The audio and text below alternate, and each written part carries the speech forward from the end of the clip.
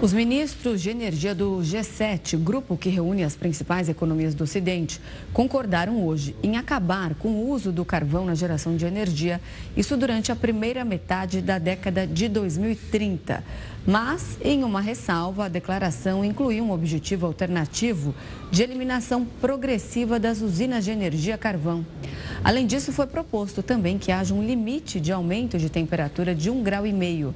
A ressalva foi incluída na redação final do comunicado, a pedido da Alemanha e do Japão, que têm as usinas a carvão, onde produzem mais de 1/4 da eletricidade total desses países.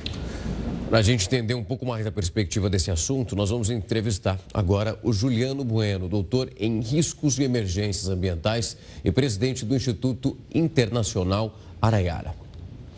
Juliano, é um prazer recebê-lo aqui. Seja muito bem-vindo.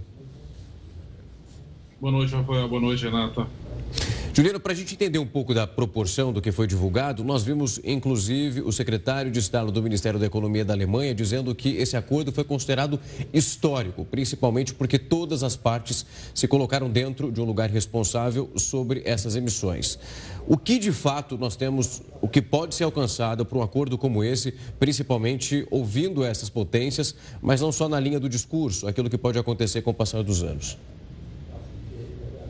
Se considerarmos que 65% de toda a energia global advém do carvão mineral fóssil, ou seja, o carvão que há esse compromisso sob o aspecto do corte, da sua redução, do seu uso, tivemos um avanço agigantado, especialmente quando pegamos a última COP realizada no Egito, na cidade de Sharm, onde os compromissos em relação à redução do consumo de carvão eram menores. Então, passado menos de 12 meses, você tem um novo compromisso hoje dos Estados Unidos, do Reino Unido, da Alemanha, do Canadá, do Japão, no sentido de, e mais a Itália, dessa redução forte de consumo de um compromisso que, de fato, pode significar ficarmos até 1,5 graus como o teto máximo para o aquecimento planetário. Juliano, muitos especialistas da área se manifestaram contra esse acordo porque avaliaram que essa data estipulada, então até 2035, seria muito distante, considerando aí a urgência que a gente sempre diz aqui sobre as emissões de gás carbônico. Qual a sua avaliação? Realmente essa data está muito longe? Alguma coisa precisa ser feita antes disso? Pois é, a realidade sobre a crise climática global, ela hoje traz consequências grandes de perdas econômicas e também de vidas, e da produção de alimentos e da escassez de água em todos os países, inclusive o próprio Brasil. A questão da transição energética é o grande momento onde vários países estão nessa corrida em relação à substituição do carvão mineral ou do petróleo e do gás. A questão toda é a emergência que se coloca em relação a essa transição e nós ultrapassarmos 1,5 graus, é de que a economia ou a vida planetária estaria aí sendo posta em risco, porque as consequências de ultrapassarmos esse aumento de temperatura, todos nós, técnicos e cientistas, colocamos eventos climáticos mais severos do que aqueles que se apresentam hoje, trazendo consequências muitas vezes incontroláveis. E você tem aí um ponto de ruptura sobre a forma que o clima do planeta todo funciona, e isso traria consequências bem difíceis de resolvermos.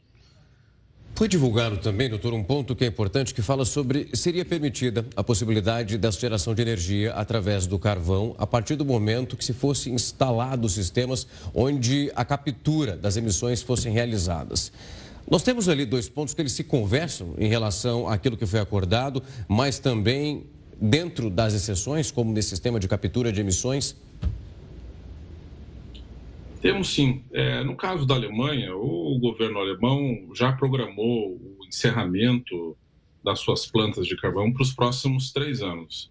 Já o Japão desenvolveu algumas tecnologias que ele consegue capturar parte dessas emissões e fazer com que você tenha uma espécie de equilíbrio de emissões de gases de efeito estufa, como o CO2, nessa redução. A questão toda é o custo dessa tecnologia e a inviabilidade econômica que isso traz. Então, eventualmente, alguns países altamente tecnológicos e que têm uma conta de necessidade energética para sua segurança, optarão pelo uso dessa compensação e a continuidade da queima do carvão. Mas isso vai estar restrito a pelo menos aí uns 5 ou 6% no máximo, diz a própria Agência Internacional de Energia e todos os especialistas globais envolvidos nos estudos sobre esses impactos e sobre a possibilidade real do uso dessa tecnologia. Portanto, a gente vê isso como algo discreto. Esse acordo pode influenciar outros países a fazerem o mesmo, como, por exemplo, China e Índia, que são grandes emissores? A gente está nessa, Renata, uma corrida sobre oportunidades de investimento de novas tecnologias, de geração aí de milhares de milhões de novos empregos em relação às energias renováveis. A exemplo do hidrogênio verde, daquilo que está acontecendo em diversos países, até mesmo uma corrida hoje no Brasil. A gente tem que entender que a energia gerada do carvão ela é cara e suja. Então, vou dar um exemplo para vocês. No Brasil, hoje, nós gastamos 43 bilhões de reais de incentivos e subsídios para que a gente tenha ainda usinas termoelétricas a carvão rodando. Então, isso traz uma série de impactos. Pegar todo esse recurso financeiro e realizar um investimento em renováveis e fazermos aí uma redução da emissão do CO2, mas também do metano, traria esse ponto de equilíbrio econômico e de emissões. Muitos países, inclusive, já estão aí com legislação de barreiras alfandegárias e de aumento de impostos, por exemplo, para a importação de produtos industrializados, eventualmente de países que usem essas energias mais sujas e que comprometam aí os compromissos climáticos globais. Tá certo, a gente conversou agora com Juliano Bueno. Muito obrigada pela entrevista. Até a próxima. Uma boa noite. Obrigado. Boa noite.